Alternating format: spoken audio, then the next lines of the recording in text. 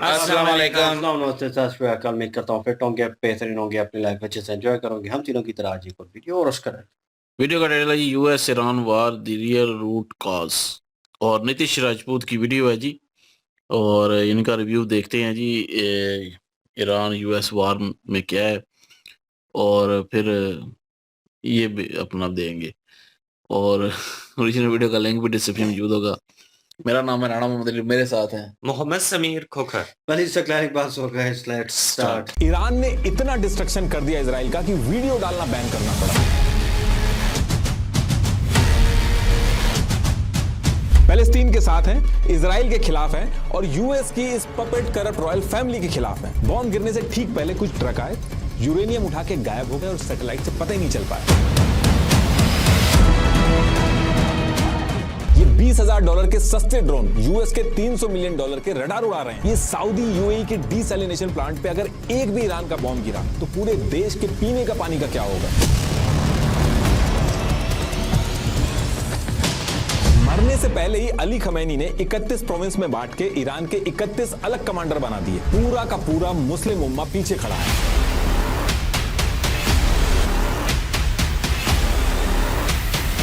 पैसे बड़े लगे हैं, अब रिटर्न भी बड़ा चाहिए। आते ही अली खमैनी को लेटर लिख के सीधे 60 दिन का अल्टीमेटम दिया गया।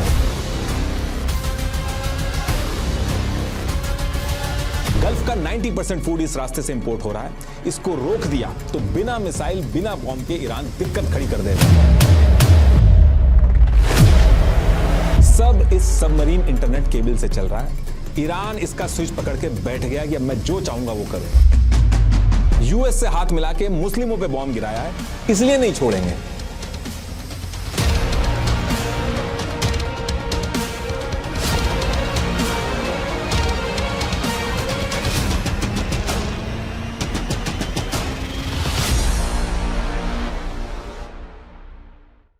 देखिए आज की डेट में जो लड़ाई ट्रंप ने ईरान के साथ स्टार्ट की है, ये ऐसा नहीं है कि बस ट्रंप के मन में आया और उसने ईरान पे बॉम्ब गिराना चालू कर दिए। पिछले कई दशकों से यूएस में जितने भी प्रेसिडेंट आए, president Biden, Obama, Bill Clinton, इन सब ने बिलियंस ऑफ डॉलर लगा के हर वो तरीका अपनाया ईरान से निपटने के लिए। अब यहाँ पे क्वेश्चन ये है कि ये सारी चीजें हो क्यों रही हैं? ये न्यूक्लियर टेक्नोलॉजी तो यूएस ने खुद ईरान को उठा के दी थी, तो ऐसा क्या बदल गया यूएस के सामने कि अब वो इसी न्यूक्लियर को ईरान से हटाने के लिए किसी भी हद तक जाने को रेडी है। और आज ये जो ईरान के ऊपर यूएस हमला कर रहा है, हमला तो यूएस ने किया है, लेकिन ईरान यूएस को छोड़ के यूएई, सऊदी, इन गल्फ कंट्रीज पे हमला करना क्यों स्टार्ट कर दिया? देखिए इस पूरे गेम को समझने के लिए हमें थोड़ा पीछे जाना पड़ेगा, तभी ये सारी चीजें क्लियर होंगी। अभी अगर इसी समय आप एक मैप और एनर्जी का डेटा उठा के देखें तो उससे आपको एक चीज तो समझ में आ जाएगी कि ईरान मिडिल ईस्ट का बस ऐसा ही कोई नॉर्मल देश नहीं है, बल्कि जो पूरी दुनिया की एनर्जी पॉलिटिक्स है उसका बहुत बड़ा प्लेयर है। ऑयल और नेचुरल गैस के रिजर्व इतने सारे हैं ईरान के पास कि अकेला ईरान इस पूरी दुनिया की एनर्जी सप्लाई को इफेक्ट करने का दम रखता है। तो देखिए यही सारी चीजें 1950s का जो टाइम था, उस टाइम भी ईरान के पास थी और ईरान का सब कुछ बढ़िया चल रहा था। उस टाइम पे वेस्ट कंट्रीज की जितनी भी एनर्जी नीड्स होती थी, उस पूरे में से 16% क्रूड ऑयल, 31% रिफाइंड प्रोडक्ट्स और 67% तक बंकर फ्यूल्स अकेले ईरान इनको देता था। तो इस टाइम पे वेस्टर्न कंट्रीज ने क्या किया, अपना पॉलिटिकल और डिप्लोमेटिक प्रेशर बना के ईरान से ऐसे एग्रीमेंट साइन कराए जिसमें जमीन ईरान की, तेल ईरान का, ऑयल फील्ड में जो वर्कर्स थे वो भी ईरान के, लेकिन जो एक्चुअल फायदा हो रहा था वो ब्रिटेन उठा रहा था। और ये चीज साल दर साल चलती आ रही थी। लेकिन इसके कुछ टाइम बाद ईयर 1951 में पीएम मुसादिक ईरान के पीएम बनते हैं और यहां से चीजें चेंज होती हैं। इन्होंने कहा कि ये सारी चीजें गलत हैं, हमारी जमीन है, ऑयल हमारा है, इस पे पहला हक भी हमारा होगा। इन्होंने आके ईरान के ऑयल को नेशनलाइज कर दिया, मतलब कि अब जो ईरान का ऑयल है उसका असली प्रॉफिट ईरान के लोगों को मिलेगा, ब्रिटेन और वेस्ट कंट्रीज जो हैं उनको कम मिलेगा। अब ये कर तो दिया पीएम मुसादिक ने, लेकिन उनको बिल्कुल आइडिया नहीं था कि वो कितनी बड़ी मुसीबत में पड़ने वाले। ये जो ईरान के अंदर ऑयल को नेशनलाइज किया गया, ये चीज यूएस और ब्रिटेन को बिल्कुल पसंद नहीं आई। ब्रिटेन का तो सीधा पैसे का नुकसान हो रहा था और यूएस को भी बहुत बड़ा डर था कि अब इसके बाद पीएम मुसादिक जो है अब ये सोवियत यूनियन से जाके ना हाथ मिला लें। तो अब इस प्रॉब्लम से निपटने के लिए यूएस की सीआईए और ब्रिटेन की MI6 ने एक सीक्रेट ऑपरेशन स्टार्ट किया, ऑपरेशन अजैक्स के नाम से। इसमें सबसे पहले इन्होंने क्या किया, पीएम मुसादिक को हटाया, उठा के जेल में डाल दिया और ईरान में पहले से ही जो शाह मोहम्मद रजा पहलवी थे, जो यूएस के हिसाब से चलते थे, इनकी सारी की सारी पावर बढ़ा दी और चीजें अपने हिसाब से चलाने लगे। और ये चीज करने से ईरान यूएस का एक अलाइंड स्टेट बन गया। फॉरेन पॉलिसी से लेके तेल की डील्स तक हर डिसीजन में यूएस का डायरेक्ट इन्फ्लुएंस होने लगा ईरान के अंदर। अब ये जो पीएम को उठा के जेल में डाल दिया और ये सारी डील यूएस खुद करने लगा, ईरानियंस ने इसको अपनी एक बेइज्जती की तरह लिया। ईरानियन ने कहा कि यूएस दुनिया भर में डेमोक्रेसी की बात कर रहा है, लेकिन यूएस ने हमारे देश में घुस के एक इलेक्टेड पीएम जिसको ईरान की जनता ने चुना था उसको हटा के अपना वेस्टर्न सिस्टम इंप्लीमेंट कर दिया। और ये जो आप डेथ टू अमेरिका सुनते हो, ये यहीं से स्टार्ट हुआ। आज की डेट में भी ईरान के अंदर आपको ऐसे लोग मिल जाएंगे जो शाह को यूएस का पपेट बोलते हैं। बहुत ही स्ट्रॉन्ग एंटी अमेरिका सेंटिमेंट्स हैं ईरान के अंदर। और अगर आप उस टाइम पे ईरान का मैप देखोगे तो ईरान बिल्कुल ऐसी जगह पे था जहां सोवियत यूनियन खत्म होता था और मिडिल ईस्ट शुरू होता था। यूएस जो था वो ईरान को मिडिल ईस्ट और सोवियत यूनियन के बीच में एक बफर स्टेट की तरह रखना चाहता था, ताकि ईरान सोवियत यूनियन को मिडिल ईस्ट का जो ऑयल है उससे एकदम दूर रखे। इस पूरे टाइम में यूएस ने ईरान को स्ट्रॉन्ग और इक्विप्ड करना शुरू किया और इसी चीज को आगे बढ़ाते हुए कुछ ही साल बाद ईयर 1957 में US atoms for peace program लेके आया। इसमें यूएस ने ईरान को न्यूक्लियर टेक्नोलॉजी दी और सिर्फ ऐसे ही बस नाम के लिए नहीं दे दी। न्यूक्लियर की नॉलेज, न्यूक्लियर टेक्नोलॉजी, पूरा का पूरा जो न्यूक्लियर का इकोसिस्टम होता है, यूएस ने वो ईरान को ट्रांसफर किया। तेहरान यूनिवर्सिटी के अंदर इन्होंने तेहरान न्यूक्लियर रिसर्च सेंटर बनाए। ईरान के जो साइंटिस्ट थे उनको एमआईटी भेजा गया। इनफैक्ट मेडिकल रिसर्च के लिए भी यूएस ने ईरान को इक्विप्ड किया। ये न्यूक्लियर का जो पूरा सिस्टम होता है ये मेडिकल रिसर्च में भी काम आता है। कैंसर के साथ साथ ये जो थैलेसीमिया पेशेंट्स होते हैं इनके आयरन लेवल को चेक करने के लिए न्यूक्लियर इमेजिन यूज होती है। ईरान सबसे ज्यादा थैलेसीमिया अफेक्टेड कंट्री में से एक है। और सिर्फ ईरान ही नहीं, ईरान के साथ साथ इंडिया में भी हर साल 10,000 बच्चे थैलेसीमिया के साथ पैदा होते हैं। इसीलिए इंडिया को वर्ल्ड थैलेसीमिया कैपिटल भी बोला जाता है। और ये जो थैलेसीमिया पेशेंट्स होते हैं इनके लिए स्टेम सेल ट्रांसप्लांट कराना ही आखिरी उम्मीद होता है। लेकिन इसमें दिक्कत होती है मैचिंग डोनर के मिलने की। बहुत ही मुश्किल होता है। 10 लाख में से एक की प्रोबेबिलिटी होती है। लेकिन जेनेटिक सिमिलैरिटी की वजह से इंडियन पेशेंट का जो बेस्ट मैच है यूजुअली इंडियन डोनर ही होता है। लेकिन इतनी हैरानी की बात है कि इंडिया की इतनी बड़ी पॉपुलेशन होने के बाद भी रजिस्टर्ड डोनर के नंबर्स बहुत कम हैं और सही मैच नहीं मिलने की वजह से उनकी जान जाती है। लेकिन अच्छी बात यह है फ्रेंड्स कि अब इतनी बड़ी प्रॉब्लम को DKMS सॉल्व करने की कोशिश कर रहा है। मैंने डिस्क्रिप्शन में जो वेबसाइट दी है उस पर रजिस्टर करने पर DKMS आपको घर पे स्वैब किट भेजेगा। बस अपने चीक स्वैब का सैंपल लेकर किट को वापस भेजना है और रिवर्स पिकअप का QR कोड रिटर्न एनवेलप पर है। इससे होता क्या है कि आप इनके ग्लोबल डेटाबेस में जुड़ जाते हैं और अगर फ्यूचर में आप किसी के भी मैच बने तो सिर्फ 3 से 4 घंटे के सिंपल डोनेशन प्रोसेस से आप किसी की जिंदगी बचा सकते हैं। आपका एक रजिस्ट्रेशन मैचिंग डोनर मिलने के चांसेस कई गुना बढ़ा देता है। इसलिए जरूर रजिस्टर करिए, लिंक मैंने डिस्क्रिप्शन में दे दिया। तो देखिए, इसके बाद यूएस जो था वो आने वाले कई सालों तक ईरान को न्यूक्लियर टेक्नोलॉजी ट्रांसफर करने लगा। ये वही न्यूक्लियर टेक्नोलॉजी है जिसको खत्म करने के लिए आज तो हम बिलियंस ऑफ डॉलर लगा के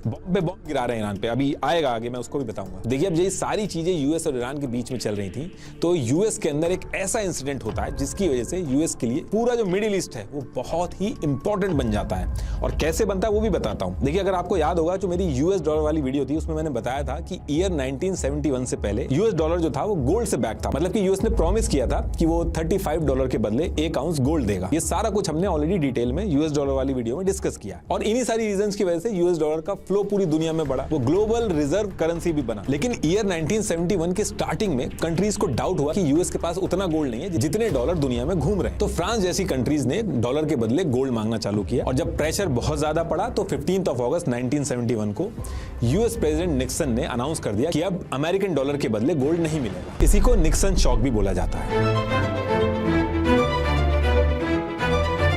लेकिन इन सारी चीजों के बीच में जब ये निक्सन शॉक होता है, इस एक इवेंट से कंट्रीज का डॉलर के ऊपर ट्रस्ट कम होने लगा। कहीं ना कहीं यूएस को भी लगने लगा कि कुछ ना कुछ करना पड़ेगा, वरना कंट्रीज का ट्रस्ट लूज होगा तो वो अपने रिजर्व में डॉलर नहीं रखेंगी। तो इससे डॉलर का दुनिया में डोमिनेंस कम होगा, यूएस की जो हेजेमनी है, जो दबदबा है, उस पर इंपैक्ट आएगा। तो यूएस ने गोल्ड का रिप्लेसमेंट ढूंढना चालू किया ताकि दुनिया में डॉलर के ऊपर डिपेंडेंसी बनी रहे। तो इस टाइम पे यूएस ने देखा कि ऑयल जो है वो दुनिया के लिए एक यूनिवर्सल कमोडिटी बन चुकी है जिसके बिना काम ही नहीं चल सकता कंट्रीज का। और सबसे ज्यादा ऑयल रिजर्व जो है वो Iran, Saudi, Kuwait, Iraq, middle east में था। तो फिर ये सारी चीजें देख के ईयर 1974 में यूएस जो है वो सऊदी के पास पहुंचता है और सऊदी के पास पहुंच के इन्होंने एक अरेंजमेंट किया। इन्होंने सऊदी से कहा कि जो भी तुमसे ऑयल खरीदने आए उसको तुम सिर्फ डॉलर में बेचो, किसी और करेंसी में मत बेचो। अब यहां से दिक्कत ये है कि अगर सऊदी सारा कुछ डॉलर में बेचेगा तो बहुत सारा डॉलर आएगा, उस डॉलर का वो करेगा क्या, क्योंकि डॉलर के बदले गोल्ड तो अब मिल नहीं रहा है। तो यूएस ने कहा कि इसको तुम यूएस की इकोनॉमी और ट्रेजरी बॉन्ड्स वगैरह में इन्वेस्ट करो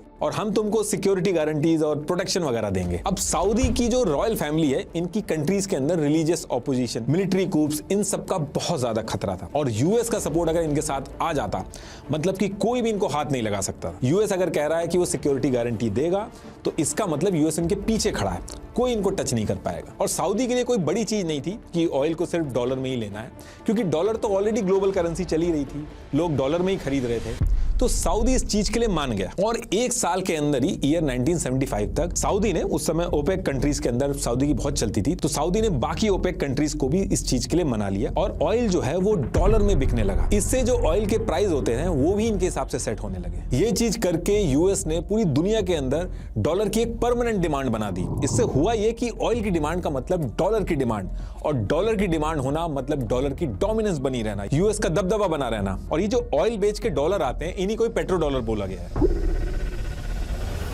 और इस पूरी साइकिल को पेट्रो डॉलर रिसाइकलिंग बोला गया। तो इससे हुआ यह कि पेट्रो डॉलर रिसाइकिल करके डॉलर जो यूएस में वापस इन्वेस्ट होता था, यूएस के पास जो पैसा आता था, यूएस इससे अपनी मिलिट्री स्ट्रांग करता था और इसी मिलिट्री का यूज करके मेक श्योर करता था कि पेट्रो डॉलर का सिस्टम मिडिल ईस्ट के अंदर एज इट इज बना रहे। और इस तरीके का एडवांटेज किसी और कंट्री के पास नहीं था। मिडिल ईस्ट का आप कोई भी कंफ्लिक्ट उठा के देखोगे, उसकी जड़ इसी से जुड़ी हुई मिलेगी आपको।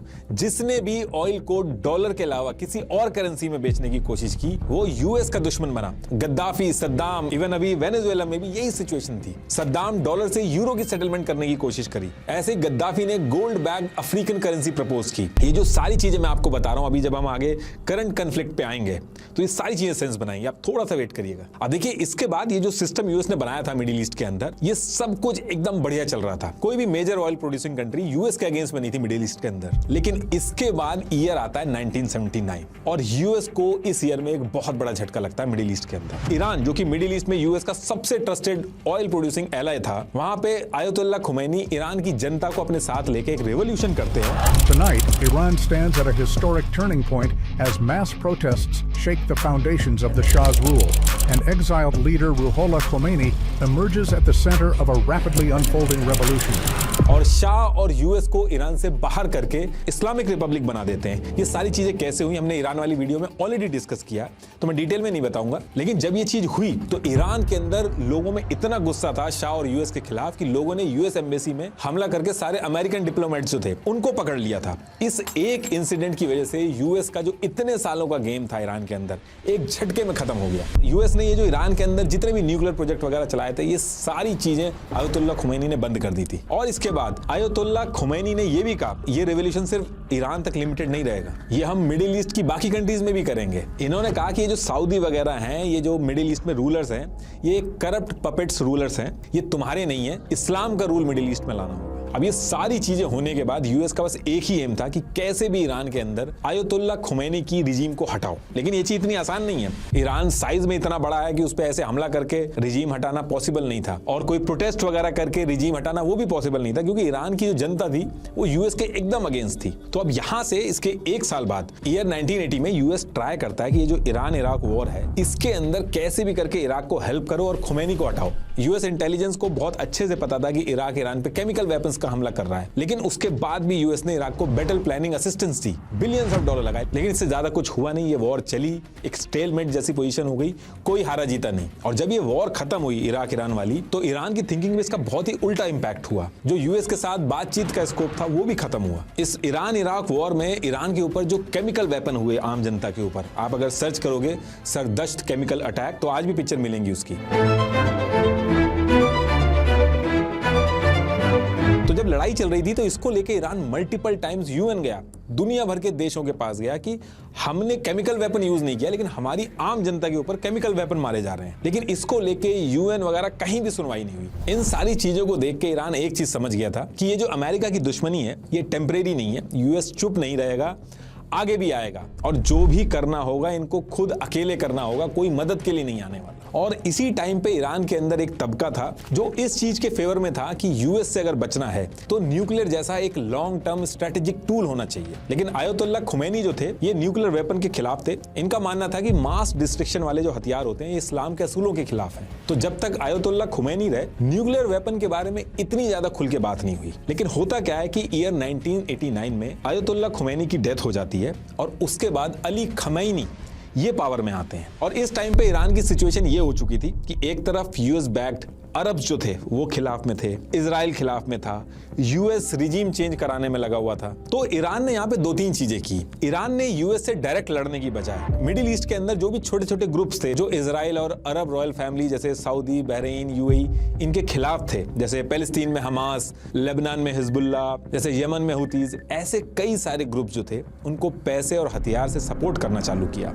इनको अपनी प्रॉक्सी बनाई। इस स्ट्रेटेजी को ये लोग फॉरवर्ड डिफेंस और एक्सिस ऑफ रेजिस्टेंस नाम से बोलते थे। तो इससे हुआ ये कि मिडिल ईस्ट में जो गरीब पैलेस्तीन का सपोर्टर था, इजराइल के खिलाफ था, या अपनी सरकार से नाराज था, या अरब फैमिली से नाराज था, इनके सामने ईरान ने अपने आप को ऐसे प्रोजेक्ट किया कि देखो हम पैलेस्तीन के साथ हैं, हम इजराइल के खिलाफ हैं और हम तुम्हारी कंट्री की करप्ट रॉयल फैमिली जो यूएस की पपेट है हम उसके भी खिलाफ हैं। तो इसका एडवांटेज मिला ईरान को। ये चीज शिया सुन्नी से हटके जो पूरा मुस्लिम उम्मा है उसके एक सेक्शन में ईरान के लिए सिंपैथी आई। और जब ये चीज हुई तो यहां से सऊदी, यूएई, इनकी जो रॉयल फैमिलीज थी ये भी डरे। इनको लगा कि ईरान अब हमारे यहाँ भी रेवोल्यूशन ना करा दे और हमें हटा के पूरे मुस्लिम उम्मा का जो लीडर बनने की कोशिश कर रही है कहीं ये सच में ना हो जाए। और अगर कहीं ईरान हमसे स्ट्रांग हो गया, उसके पास न्यूक्लियर आ गया, तो उस कंडीशन में तो ईरान को रोकना और उसके जो पर्पज है उसको रोकना एकदम मुश्किल हो जाएगा। तो सऊदी वगैरह जो है वो अपनी सिक्योरिटी गारंटीज को लेकर यूएस के और ज्यादा क्लोज हुए। इनफैक्ट यूएस को और मोटिवेट किया कि ईरान का कुछ किया जाए। और फिर इसके बाद जो दूसरा स्टेप ईरान ने लिया, शाह के टाइम पे जो यूएस ने ईरान को न्यूक्लियर रिएक्टर्स वगैरह दिए थे उसको रिवाइव करना स्टार्ट किया। जो साइंटिस्ट थे मोहसिन फखरीजादे, इनको टास्क दिया गया और इन्होंने ईरान का जो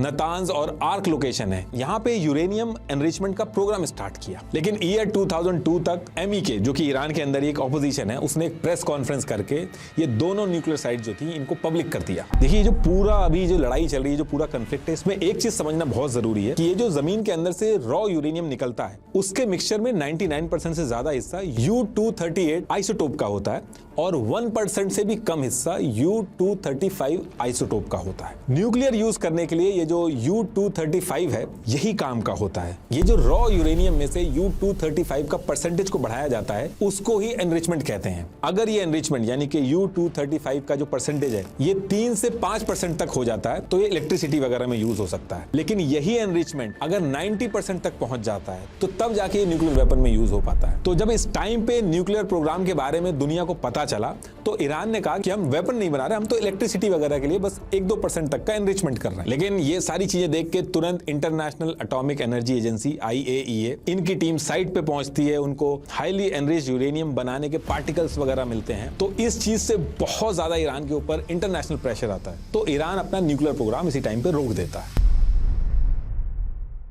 तो इस टाइम पे न्यूक्लियर प्रोग्राम तो रुक गया, लेकिन सेम टाइम पे एक और ऐसी चीज होती है कि फिर से दोबारा से इसकी नीड पड़ जाती है। होता क्या है कि सद्दाम हुसैन जो यूएस के अगेंस्ट हो गया था उसको यूएस ने पकड़ा और रिजीम चेंज कर दी इराक के अंदर। और ये करने के बाद ईरान को भी इराक के साथ जोड़ के एक्सिस ऑफ इविल बोलना स्टार्ट कर दिया यूएस ने। और एक तरफ इराक में यूएस घुस गया, दूसरी तरफ अफगानिस्तान में भी यूएस था और धीरे धीरे ईरान को हर तरफ से एनसर्कल करके प्रेशर बनाना स्टार्ट किया यूएस ने। इस सद्दाम वाले इंसिडेंट का ईरान पे बहुत बड़ा इंपैक्ट पड़ा। यहां से ईरान को रियलाइज हो गया कि जो देश यूएस की हिट लिस्ट में है उसका जाना तय है। बस एक नॉर्थ कोरिया है जो यूएस की हिट लिस्ट में भी है लेकिन उसको यूएस टच नहीं करता और वो सिर्फ इसलिए नहीं करता क्योंकि उसके पास न्यूक्लियर है। तो यहीं से ईरान को लगा कि अगर अपना सर्वाइवल चाहिए और यूएस से बचना है तो उसका एक ही रास्ता है कि अपना न्यूक्लियर बनाओ, वरना कभी ना कभी सद्दाम की तरह हमारा भी यही हाल होगा। तो इन सारी चीजों को देख के दोबारा से जो ईरान के प्रेसिडेंट महमूद थे इन्होंने जितनी भी इससे पहले न्यूक्लियर डील वगैरह के जो एग्रीमेंट वगैरह थे वो सब रद्द कर दिया, उनको कैंसिल कर दिया और ईरान के अंदर जो फोर्डो पहाड़ हैं उसके अंदर छुपा के न्यूक्लियर एनरिचमेंट दोबारा से शुरू कर दिया। अब देखिए यूएस जो है वो ईरान का न्यूक्लियर हो जाना ये बिल्कुल अफोर्ड नहीं कर सकता था, क्योंकि ईरान के पास अगर न्यूक्लियर आ गया तो यूएस का कोई भी प्रेशर या कोई भी धमकी कुछ काम नहीं करता। और जब डर ही नहीं रहेगा ईरान को, तो ईरान अपना ऑयल चाहे युआन में बेचे चाहे येन में बेचे, यूएस कुछ नहीं कर पाएगा। और जब ईरान ये करेगा तो बाकी गल्फ कंट्रीज भी करने लगेंगे। और इसके साथ साथ यूएस ने सऊदी अरेबिया, गल्फ कंट्रीज को सिक्योरिटी प्रोमिसेस कर रखे हैं। इसी वजह से गल्फ कंट्रीज ने डॉलर को तेल में बेचने के लिए एक्सेप्टेंस दी थी। तो अगर ईरान न्यूक्लियर देश बनने के बाद गल्फ कंट्रीज पे अग्रेसिव हो जाए या रेवोल्यूशन लाने की बात करे, तो यूएस की सारी सिक्योरिटी गारंटीज बस पेपर पे रहेंगी, वो कुछ कर नहीं पाएगा। तो देखिए, सारी चीजें बताने का मतलब ये है कि एक अकेले ईरान के न्यूक्लियर बनने से ईयर 1974 से ये जो गेम पूरा चला आ रहा है यूएस का, पूरा ये जो पेट्रो डॉलर का सिस्टम है और डॉलर की डोमिनेंस चल रही है, एक झटके में उसको इंपैक्ट पड़ेगा। तो यूएस कुछ भी अफोर्ड कर सकता है, लेकिन यूएस ईरान को किसी भी कीमत पे न्यूक्लियर देश बनना अफोर्ड नहीं कर सकता। तो जैसे यूएस को पता चला कि ईरान दोबारा से न्यूक्लियर प्रोग्राम अपना स्टार्ट कर रहा है, इनकी और इजराइल की इंटेलिजेंस बहुत अंदर तक घुसी हुई थी, इनको हर चीज पता चल जाती है। तो यूएस और इजराइल ने डायरेक्ट हमला नहीं किया, बल्कि एक स्टक्स नाम से एक वायरस बना के इनकी न्यूक्लियर फैसिलिटी पे छोड़ दिया। न्यूक्लियर फैसिलिटी के अंदर जितने भी सेंट्रीफ्यूजेस थे जो यूरेनियम का एनरिचमेंट करते थे, वो जरूरत से ज्यादा स्पिन होके सारे टूट गए। और इसके साथ साथ ईरान के जो साइंटिस्ट थे जो एक्चुअल में इस प्रोग्राम को चला रहे थे, जैसे मसूद अली, माजिद, दरियांश, मुस्तफा अहमदी, ये सारे थोड़े थोड़े टाइम पे मिस्टीरियस तरीके से इनके साथ एक्सीडेंट हुए और ये मारे जाने लगे। कोई अपनी कार स्टार्ट कर रहा तो ब्लास्ट हो जा रहा, कोई बाहर सुबह से निकल रहा तो वहां अपने आप गिर जा रहा। तो ये सारी चीजें होने लगी और जो न्यूक्लियर प्रोग्राम था ईरान का, वो डिले होने लगा। लेकिन उसके बाद भी ईरान रुका नहीं, किसी ना किसी तरीके से उसने अपने प्रोग्राम को बनाए रखना जारी रखा, क्योंकि ईरान का ये मानना था कि अगर न्यूक्लियर नहीं बना पाए तो वैसे इनका मरना तय है। तो ईरान पहाड़ों के नीचे अलग अलग जगह पे अलग अलग तरीके से कैसे ना कैसे करके एनरिचमेंट स्टार्ट करने लगा। और इसकी वजह से एक चेन स्टार्ट हो गई, जिसमें ईरान अलग अलग तरीके लगा के अपना न्यूक्लियर प्रोग्राम बना रहा है, और वहीं दूसरी तरफ अमेरिका और इजराइल इसको ट्रैक करके अलग अलग मिशन चला के उसको रोक रहे हैं।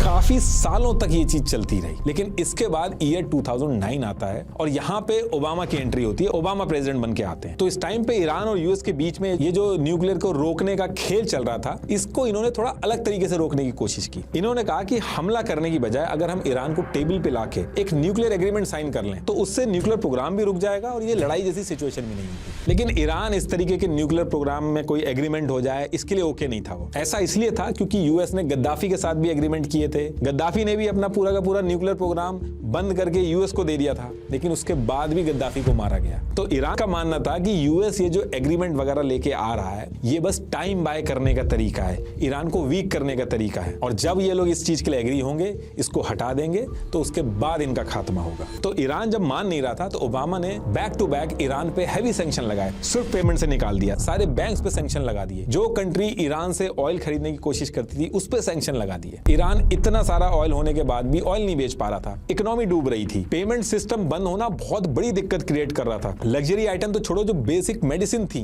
वो तक इंपोर्ट होने में दिक्कत हो रही थी, क्योंकि कोई कंट्री अगर मेडिसिन दे भी दे तो वो पेमेंट कैसे करे ईरान को। हॉस्पिटल में एनेस्थीसिया तक कम हो गए थे, तो ऑपरेशन वगैरह तक नहीं हो पा रहे थे। और फिर जब बहुत ज्यादा हाल खराब हुआ सैंक्शन से, तो ईरान एग्रीमेंट के लिए रेडी हुआ। जुलाई 2015 को वियना के अंदर ईरान ने JCPOA एग्रीमेंट साइन किया। ईरान के साथ इसमें यह डील हुई कि ईरान 3.67% तक एनरिचमेंट कर सकता है, लेकिन IAEA जो है, इसके इंस्पेक्टर 24 घंटे मॉनिटरिंग करेंगे। तो इस चीज के लिए दोनों कंट्रीज ओके होती हैं, ये एग्रीमेंट हो जाता है। ईरान के ऊपर जो सैंक्शंस थे उनको ईज किया गया, हर कोई बहुत खुश था इससे, और चीजें बहुत अच्छे से आगे चलने लगी। लेकिन इसके 3 साल बाद 2018 में जी, ये वीडियो देखने के बाद पता चला है कि जिस तरह से यूएसए जोर लगा रहे हैं, ईरान को रोक रहे हैं, न्यूक्लियर वेपन जो है वो नहीं बनाने दे रहा, तो उसके पीछे कितने बड़े कारण हैं वो यहाँ पे देखने के लिए मिलते हैं। हम भी ये टिप्पणी करते थे और भी बहुत सारे लोगों ने ये टिप्पणी की, क्योंकि पता इतना ज्यादा नहीं था ना, तो इसलिए हम भी कहते थे कि ट्रंप ने ये क्या तमाशा लगा रखा है। ट्रंप ने पूरी दुनिया को एक जो है वो युद्ध की स्थिति बना दी है, पूरी दुनिया को युद्ध की कंडीशन में धकेल दिया है। तो कितनी बड़ी बेवकूफी जो है वो ट्रंप ने की है।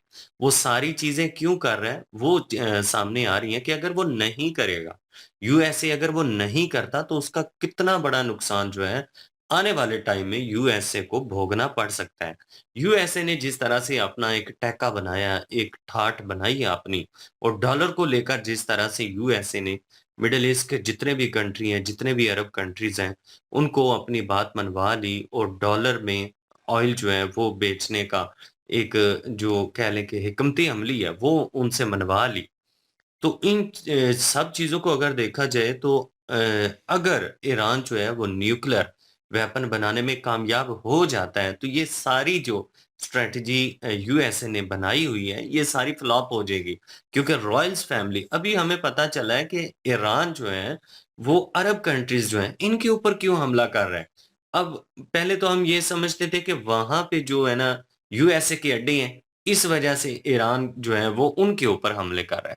मतलब कि ईरान का जो पर्सनल जो एक दुश्मनी होती है ना, वो जितने भी अरब कंट्रीज़ हैं उनके साथ नहीं है। लेकिन ये इस वीडियो के माध्यम से पता चला कि भाई रॉयल्स जो फैमिली हैं, जितने भी करप्ट जितने भी अरब प्रिंस हैं, उन सब के साथ दिक्कत है ईरान को। और ईरान चाहता है आने वाले टाइम में वो जितनी भी मुस्लिम उम्मा है, तो उनका वो लीडर बनना चाहता है। मुसलमान उम्मा। हाँ। मुस्लिम उम्मा यार, ओ मुस्लिम उम्मा यार, अला मुस्लिम उम्मा का चुम्मा ना दे यार। मुसलमान उम्मा। मैं भी है ना गलत बोलने लग गया, मुस्लिम उम्मा राजी करे नो यार। चलो ओके। मुस्लिम उम्मा, उम्मत मुसलमान अखलाता भी है। मुस्लिम उम्मा यार, सिंपल हाँ, बात। मुस्लिम उम्मा। चलो तो ईरान जो है वो मुस्लिम यार, ओहो। चलो ईरान जो है जी, वो जितने भी इस्लामिक देश हैं, उन सब का लीडर बनना चाहता है। और ईरान चाहता है यूएसए की जिस तरह से एक साख्त बनी हुई है अरब कंट्रीज में, उस सब चीजों को वो खत्म करना चाहता है। और डॉलर की जो ताकत है उसको भी खत्म करके तो नई करेंसी जो है उसको वो शो करवाना चाहता है। तो यूएसए जो है वो कितने सालों से प्रयास कर रहे हैं ईरान के ऊपर, ये भी इस माध्यम से देखने के लिए मिला। कहीं ना कहीं यूएसए कामयाब भी हुआ, लेकिन जो कामयाबी थी वो उस तरह से हाथ नहीं लगी जिस तरह से यूएसए को उम्मीदें थी। लाइक दैट शाह जो हैं वो जाहिर सी बात है यूएसए के कठपुतली लीडर थे। वो जब ईरान में आ गए तो यूएसए को कहीं न कहीं लग रहा था कि जिस तरह से वो रजीम चेंज करने में कामयाब हुआ है और उसकी जो है वो पसंदीदा हुकूमत जिस तरह से ईरान में आ चुकी है, तो आने वाले टाइम में अब वो सारी बातें जो है अपनी ईरान से मनवा सकता है। और इन चीज़ों को अगर देखा जाए तो आयतुल्लाह ख़ुमैनी जो हैं, उन्होंने फिर अपनी अवाम को एतमाद में लिया और उन्होंने जो है ईरानी अवाम को एतमाद में लेने के बाद शाह जो हैं उनको देश से निकाल दिया। उसके बाद यूएसए के जितने भी डिप्लोमेट थे, उनको भी पकड़ लिया और यूएसए का पूरी तरह से सिक्का ही जो है, वो ईरान से जो है ना ख़त्म कर दिया गया। और उसके बाद जो है आयतुल्लाह ख़ुमैनी जो हैं, उन्होंने न्यूक्लियर प्रोग्राम को उस तरह से कंटिन्यू नहीं रखा जिस तरह से रखना चाहिए था। कहीं न कहीं उन्हें लग रहा था कि ये ठीक नहीं है, इस तरह से नहीं होना चाहिए। लेकिन उनकी डेथ के बाद अली ख़ुमैनी जब आए हैं, तो फिर उन्होंने इस प्रोग्राम को तेज़ी से बढ़ाना शुरू किया, क्योंकि उनके पास बहुत सारे कारण थे इस प्रोग्राम को तेज़ी से बढ़ाने के लिए। वो जानते थे कि यूएसए के साथ जिसने हाथ मिलाना है, उसकी भी खैर नहीं है। वो कहते हैं ना कि यूएसए यही समझे कि जिस तरह पुलिस ही है, कि जिनकी दोस्ती और दुश्मनी जो है वो दोनों नुकसान ही है। तो यूएसए का भी यही है कि जिसका वो दुश्मन है उसका तो वो है, लेकिन जिसका वो दोस्त है ना, समझ ले उसको वो ज़्यादा नुकसान पहुँचाएगा, तो उसके लिए ज़्यादा खतरा है। अब इन सब चीज़ों को उसने देखा हुआ था कि लीबिया में जिस तरह से रजीम चेंज हुआ, कदाफ़ी जो है उसने बातें मानी भी यूएसए की, लेकिन फिर भी उसके साथ क्या हुआ, उसके बाद सद्दाम के साथ जो है वो क्या हुआ। तो इन सारी चीज़ों को मद्देनज़र रखते हुए ईरान ने ये डिसीजन लिया कि भई साउथ कोरिया जो है अगर नॉर्थ। उस नॉर्थ कोरिया नॉर्थ जो है वो अगर देखा जाए तो दुश्मन तो माना जाता है यूएसए का, लेकिन यूएसए उसे हाथ नहीं डालता क्योंकि उसके पास न्यूक्लियर वेपन है और यूएसए जानता है कि वो पागल सा बंदा है। और सेम जो सोच है ना वो ईरान की भी है। ईरान भी बिल्कुल नहीं डरता। आप देख लें कि कितने ज़्यादा ताकतवर कंट्री हैं दोनों, और दोनों को जो है ना वो एक किस्म के नाखून चने चबवा दिए एक टाइम पे ईरान ने। तो ईरान डरा नहीं है।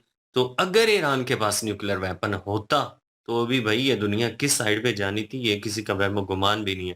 पहले मैं भी यही कहता था कि ईरान के पास होना चाहिए, ये वीडियो देखने के बाद तो मैं कहता हूँ कि नहीं होना चाहिए। क्योंकि ये तो अरब कंट्री जितने भी हैं, उनके ऊपर भी ईरान आ जाएगा और ईरान जो है वो फिर बड़ा काम खराब हो जाना है, जिस तरह से मामलात ईरान के हैं और जिस तरह से ईरान की सोच है।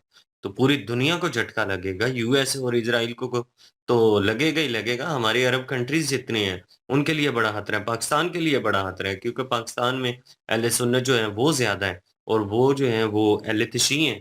तो शिया और सुन्नी को लेकर भी जो है मामलात गड़बड़ हो सकती हैं। तो ये तो वही। पहले पहले कहा था, बहुत पहले मेरे ख्याल में मेजर की वीडियो हाँ। थी, मैंने कहा था उसके ऊपर हाँ। जंग यार शुरू फिर हुई भी हिफाजत उसने अपने के लिए नहीं, जो है वो हिफाजत तो यार लेना तो डिफेंस था के ना। लिए करे, मैंने वो डिफेंस के वीडियो लिए में भी जाहिर कहा, है, अगर वो नहीं बनाएगा तो फिर भी तो अमेरिका अपना वो दोनों कॉन्सेप्ट डिफेंस बनाए के बनाया लिए हुआ है करें ना। ना तो वो एक अलग मैटर है। वो जिस तरह से रॉयल्स फैमिलीज के वो खिलाफ होना वो और सारा वो अरब सिर्फ इसी कंट्री में वो वजह से चेन हुआ है ना चाहता कि है। यूएसए कठपुतली बने हुए हैं ना, यूएसए के खिलाफ है असल में। हम्म। अब कॉन्सेप्ट वीडियो को मिस समझे ही नहीं है। कॉन्सेप्ट मिस वो जिस तरह से तंजीमों को भी सपोर्ट वो वो कर रहा है। तंजीमों को तो बाद में इसने सपोर्ट करना शुरू किया है ना। आयतुल्लाह खamenei जब था, हम्म। ठीक है, जो अली खamenei का जो जो पिता फादर था, वो जब था तो उसने जो है वो बंद कर दिया था न्यूक्लियर प्रोग्राम के। उसने कहा था कि नहीं बनाना, क्योंकि मास डिस्ट्रक्शन जो है वो नहीं सही, इस्लाम में मतलब हराम है वो समझता था। तो इसलिए ये जो है चीज वो जो है उसने बंद कर दिया था। लेकिन जब बाद में जब उसकी डेथ हुई, अली खamenei आया, और उसके बाद इराक में जब जैसे तख्ता पलट किया गया, हम्म, उसके बाद कजाफी ने जो है वो अपना वो जो यूरेनियम रिचमेंट जितना था वो सारा कुछ जो है उठा के अमेरिका को वापस कर दिया। तो उसके बाद इसको लगा, फिर भी कजाफी का जो है वो गेम बजा डाला। तो इसको लगा कि ये नॉर्थ कोरिया जो है वो इसीलिए बचा हुआ है, उसके ऊपर जो है वो कोई प्रेशर नहीं है, कोई कुछ नहीं है अमेरिका का, हालांकि वो अमेरिका का विरोधी है बहुत बड़ा। हम्म, तो उसको कोई कुछ नहीं कह रहा। तो इसलिए हमें भी जो है वो फिर यूरेनियम जो है वो एटम बम जो है वो बनाना पड़ेगा, ताकि हम पे भी ये जो है वो मतलब कि हमसे दूर रहे। लेकिन वो जो फिर भी अपना जो है वो उसने नहीं बनाने दिया, उसने रोक दिया, सैंक्शन लगा दिए, पता नहीं क्या क्या कर दिया। इसने फिर तंजीमों को भी सपोर्ट किया। उसके बाद इसने तंजीमों को सपोर्ट करना शुरू कर दिया कि फ़लस्तीन में ये मतलब तंजीम है, उसको सपोर्ट करो, क्योंकि वो अमेरिका के विरोधी थे, हम्म। इसराइल के विरोधी थे। जो इसराइल और अमेरिका के विरोधी था उसको सपोर्ट करने की कोशिश की जा रही थी ईरान की तरफ से। तो दूसरा यही इन्होंने जो है वो जैसे बताई है हिस्ट्री। पहले मैं भी जो है वो इतना ज़्यादा नहीं जानता था, लेकिन ये है कि मैंने सुना हुआ था कि ये सारी चीज़ें जो हैं वो ही हैं। लेकिन अभी जो है वो पूरी डिटेल के साथ जो है इन्होंने नीतीश राजपूत ने जो है वो वीडियो बनाई है और बताया कि शुरू कहाँ से हुआ ये सारा सिस्टम, और ये असल में मसला क्या है। यूएसए जो है वो अपना डॉलर जो है वो उसकी कीमत जो है वो उसकी वैल्यू बचाने के लिए ये सब कुछ कर रहा है। जो मिडल ईस्ट में इसने आग लगाई हुई है ना, जितने भी देख लें, इराक हो गया, लीबिया हो गया, सीरिया हो गया, उसके बाद अपना अब ईरान की तरफ नजर है। अरब मालिक तो उसके मतलब समझ ले के हथेली पे है। वो तो उसने अपने कब्जे में पहले ही किस्म के ले लिए हैं। वहां पे रजीव हम्म। जितनी भी है, वो शाह जितने भी है, वो सारे उसी के कठपुतली हैं। तो ईरान जो है वो अब बचा हुआ था। ईरान में बहुत ज़्यादा था कि पूरी दुनिया को ये सप्लाई कर सकता है। ये अमेरिका को चीज़ तो पता थी। तो सोना जो है वो था नहीं उसके पास। सोने की कीमत जो है वो पहले वो डॉलर जो है ऊपर लेके गया, उसने अपने जो तरीके ही अमेरिका ने अपने डॉलर को ऊपर लेके जाने के लिए। लेकिन जब सोना देखा कि नहीं है पूरा पड़ रहा, तो उसके बाद उसने जो है पेट्रोल डॉलर जो है वो शुरू किया कि पेट्रोल जो है वो उसको लेके आया सामने। सऊदीया के साथ डील की, ईरान के साथ डील की, लेकिन फिर जो है वो सत्ता चेंज हुई, क्योंकि ईरानी जो है अपने मुल्क को फायदा देना चाहते थे। तो फिर उसकी उस वजह से जो है वो इनको ये सारा कुछ जो है वो हथियार चाहिए थे, ताकि ईरान पे जो है वो अमेरिका कभी भी हमला ना कर सके, और ईरान अपनी मर्जी के साथ जो है वो अपना पेट्रोल डीजल जो भी जो है वो दूसरी और चीजें हैं वो अपनी मर्जी से जिस करेंसी में चाहे वो सेल कर सकता है। तो ये चीज जो है वो अमेरिका को तो भाई बर्दाश्त होगी ही नहीं ना, कभी भी नहीं होगी। अगर इस तरह होना शुरू हो गया तो फिर तो डॉलर तो खत्म हो गया, डीडॉलराइजेशन शुरू हो जाएगी, जिसकी वजह से अमेरिका जो है वो नुकसान में होगा। तो हम्म। अमेरिका अपना आप देखने के लिए, अपना आप बचाने के लिए उसने सबको जो है मिडल ईस्ट को तक आग लगा दी है। अब भी जो है वो चलें आगे, वो तो डिटेल बाद में देखेंगे दूसरे पार्ट में, क्योंकि वीडियो लंबी हो जानी थी। लेकिन अभी तक मुझे जो समझ आई है, ईरान के लिए अपना मुल्क बचाने के लिए अमेरिका जैसे मुल्क से, दोगले मुल्क से, क्योंकि दोगली मुल्क कहूंगा ना मैं उसको, कजाफी जो है उसके साथ मिल गया था, उसने वापस कर दिया था, फिर भी कजाफी के साथ क्या हुआ वो सबको पता है। सदाम हुसैन जो है वो भी उसी के साथ मिला हुआ था, लेकिन बाद में जो है खिलाफ हो गया।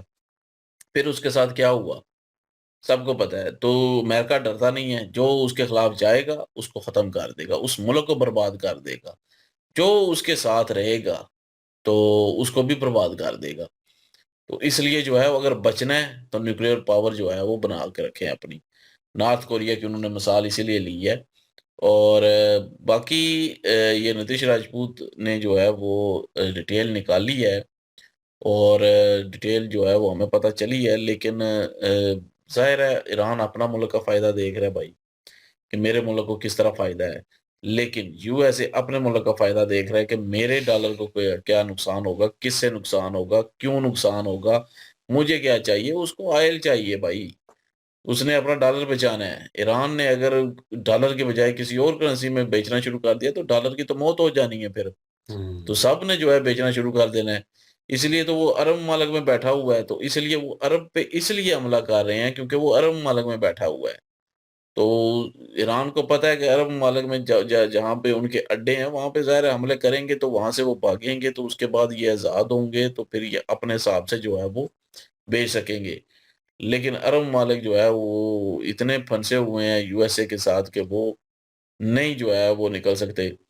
तो यही चीज़ है। बाकी रही बात तंज़ीमों की, तो तंज़ीमों की बात करें, तंज़ीमें जो हैं वो ज़ाहिर है बाद में इन्होंने सपोर्ट करना शुरू किया, जिस तरह नीतीश राजपूत ने बताया। हाँ, ये मान लेते हैं कि आज मतलब अगर ये एटम बम जो है वो रख लेता है तो अमेरिका फिर भी है मतलब, या इज़राइल जो है वो ऐसी हरकतें करता है, फिर इन्होंने जो है वो चला देना है, फिर खतरा हो सकता है। लेकिन ये है कि अमेरिका और इज़राइल भी फिर पीछे रहेंगे ना। अगर इनके पास होगा तो वो भी हमले नहीं करेंगे, वो भी कुछ ऐसी चीज़ें नहीं करेंगे। तो अमेरिका को पता है कि अगर ये ऐसा हो गया तो असर रसूख हो जाना इस पूरे खित्ते में ईरान का, तो जो कि हमारे बड़े खिलाफ है ये रजीम। ये चीज़ है ना। हाँ, ठीक है वो तंज़ीमों को सपोर्ट करता है, लेकिन ये भी तो हो सकता है ना कि अगर जब कोई उस पे हमला ही नहीं करेगा, कुछ होगा ही नहीं, तो ये क्यों देगा किसी को? तो बीच में ये भी तो हो सकता है पॉइंट के भाई, जो आपके क्या लें कि रिलेटिव हैं, नज़दीकी हैं। मैं इसलिए कह रहा हूँ कि दूसरी कंट्री जो गल्फ कंट्रीज जो नज़दीक है ईरान के, पाकिस्तान भी है भाई बीच में। तो भाई कहीं न कहीं डर है। मैंने उस वीडियो में भी मेंशन किया था इसी चीज़ को लेकर कि कॉन्सेप्ट सारा ठीक है, अपने डिफेंस के लिए करना चाहिए और हर कंट्री करती है। बिल्कुल, हर एक पाकिस्तान का ने भी हक है रखा हुआ यार। है, तो तभी ये 19-20 का आंकड़ा जो है ये जब भी होता है तो फिर भी कॉन्फ्लिक्ट जो है ज़्यादा आगे नहीं बढ़ता, क्यों? एटमी पावर है। और ये एक क्या वो अलग बात है कि किसके हाथों में दी हुई है या क्या सिचुएशन है। लेकिन इम्पैक्ट बड़ा होता है भाई, आपका असर रसूख जो है वो बड़ा बढ़ जाता है, इम्पैक्ट बड़ा बढ़ जाता है। और दूसरी कंट्री स्ट्रेट अवे कोई ऐसा फैसला नहीं लेती आपके अगेंस्ट, क्योंकि आप एटमी पावर है। यहाँ पे ईरान का मसला यही था और यही कॉन्फ्लिक्ट जो है वो दिखाया कि उन्होंने पास्ट में चीज़ें जो हुई, जो भी इक़्तिदार में आए उन लोगों के साथ अमेरिका ने किस तरह डील किया और ईरान किस तरह डील करना चाहता था, और दूसरी कंट्रियों के साथ जो-जो चीज़ें हुई, नितेश राजपूत ने उनको डिटेल में बताया कि जिन-जिन ने अगेंस्ट फैसला किया, वो रजीम चेंज पहले सिंपल वे में रजीम चेंज करने की कोशिश की कि जब काबू जो है हालात नहीं हुए, तो फिर प्रॉपर इम्प्लीमेंट किया गया और कुछ लोगों को तो बिल्कुल ही उतार दिया गया, रास्ते से ही हटा दिया गया। और वेनेज़ुएला का जो लेटेस्ट हमला हुआ था, वो तो हमारे होते हुए हमने वीडियो की और वो सारी सिचुएशन हुई कि एक बंदे को बेडरूम से उठा लिया जाता है और वो कंट्री होल्ड कर रहा है। विद वाइफ जो है वहाँ से उठा लिया जाता है। वो अमेरिका कहीं न कहीं स्टार्टिंग से लेकर अभी तक जो नज़र आ रहा है, वो अपनी पावर ही दिखाना चाह रहा है, अपनी साख जो है उसको बरकरार रखना चाह रहा है, अपने डॉलर को बचा रहा है बचा और रहा है। ऑयल जो है वो अपने वो कब्जे में आप ले रहा है। उसको उन्होंने बीच में पॉइंट भी मेंशन किया इस चीज़ का कि सोना था, तो उन्होंने कहा कि इसके मुतबादिल क्या हो सकता है? तो मुतबादिल क्या था? ऑयल। तो अभी कुछ लोगों का अभी भी कंसर्न है, कुछ लोग बाहर बात कर रहे थे, तो यही मुझसे कह रहे थे कि मतलब ऑयल के ऊपर वो जो वेनेज़ुएला का अब ऑयल का क्या, अब तो लिथियम जो है वो लेटेस्ट जो चीज़ चल रही है आने वाले वक़्त के लिए, इलेक्ट्रिक व्हीकल चलेंगी और इन चीज़ों का जो है रुझान है, इस तरफ होना चाहिए, ये ऑयल के पीछे क्यों है? भाई असल गेम ही यही है, ठीक है ना? और अभी तक वो होल्ड करना चाहता है। और अगर ईरान जो है, जो उन्होंने मेंशन किया है, जो नज़र आ रही है चीज़ कि भाई वो एटमी पावर बनता है, जो मैं राइट वे में बनता है वो कहूँगा कि एटमी पावर बनता है, अपना ऑयल खुद बेचता है, ठीक है? तो वो बेच सकता है क्योंकि वो एटम का एक कह लें कि एक बहुत बड़ी वॉल होगी एटम की कि वो नज़र आएगा कि हमारे पास भी है, और ईरान को सब जानते हैं इस चीज़ के लिए कि भाई वो रिवर्स हमला करते हुए हिचकिचाएगा नहीं। लेकिन वर्ल्ड वाइड ये भी जो दूसरी गल्फ कंट्रीज़ हैं लाइक सऊदीया, यूएई, वो डर क्यों रहे हैं? और मैं इन स्ट्रेट वे कहूँगा एज़ अ पाकिस्तानी कि हमें भी इस चीज़ से डर लगता है कि इनका कुछ पता नहीं चलता। भाई अगर एटम करेंगे वो चले फायर करते हैं अरब ममालिक के ऊपर, भाई उसका इम्पैक्ट किधर जाएगा? और हमारी कंट्री के ऊपर भी वो चीज़ जो है वो होगी और कितने लोग जो हैं वो मरेंगे। अब के जो उन्होंने कहा कि वो जब अली खamenei जो है उनकी डेथ हुई है, तो उसके बाद पता नहीं कितने लोगों को वो खड़े कर गए हैं पीछे, कितनी पार्टियाँ बन गई हैं। अब वो एक्टिव हैं इस वक़्त। अगर ईरान जो है अमेरिका ने कहा है कि हम उनके एटमी असासे जो है उनके ऊपर वो हमला करने वाले हैं और उनको बिल्कुल जो है कह लें कि लेट डाउन कर देंगे, तो वो दोबारा कर ना सकें और बना ना सकें। लेकिन ये जानकर भी शॉक लगा, आई एम क्वाइट सरप्राइज़्ड कि मतलब उन्होंने ही टेक्नोलॉजी प्रोवाइड की।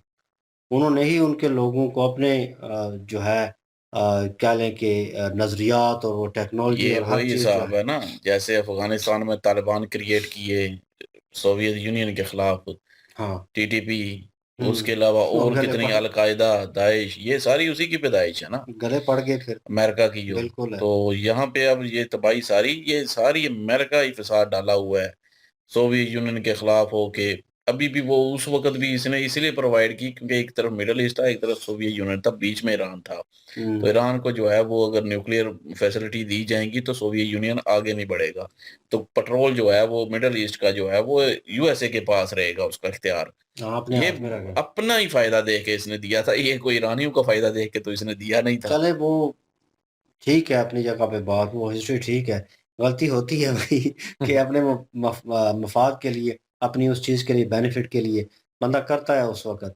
लेकिन वो असल में साख़्त ही जो है वो अपनी बरकरार रखना चाहता है हमेशा से। अब जिस लड़ाई में वो पड़ा हुआ है, अब उसको अपनी साख़्त बचाने के लिए कुछ लोग कह रहे हैं ना कि वो होश या नाहुन नहीं ले रहा, थोड़ा गड़बड़ाया हुआ है, हड़बड़ाहट में है, उस चीज़ में है। भाई वो अब अपनी साख़्त बचाने के चक्कर में है क्योंकि इज़राइल का जंग जो है वो उसने अपने ऊपर ले लिया। इज़राइल का तो 1-2 दिन हो चले मेरे ख़्याल में नाम भी सुनने को नहीं सही तरह से आ रहा बीच में, अमेरिका ईरान का आ रहा है। ये बड़ी नोट करने वाली चीज़ है कि अमेरिका, ईरान, बीच में इज़राइल जो था, उसका कम ज़िक्र हो गया अब। वो ज़िक्र किधर गया उसका? वो क्यों नहीं बीच में आ रहा? तो इट्स मीन्स कि वो जंग जो इसकी थी वो बड़े वाले ने ले ली और बड़े वाला अब जो है वो इज़्ज़त बचा रहा है अपनी, कि मैं अपनी साख़्त बचाऊँ किस तरह? इसको रोकना है किसी न किस तरह। और जो मुआहदे उन्होंने करने थे, कह लें कि वो होने थे और उसके बाद ये जंग जो है बिल्कुल रुकनी थी। उन पे भी जो है ईरान जो है वो नहीं आ रहा। उसमें कोई ज़िक्र नहीं हुआ है इज़राइल का।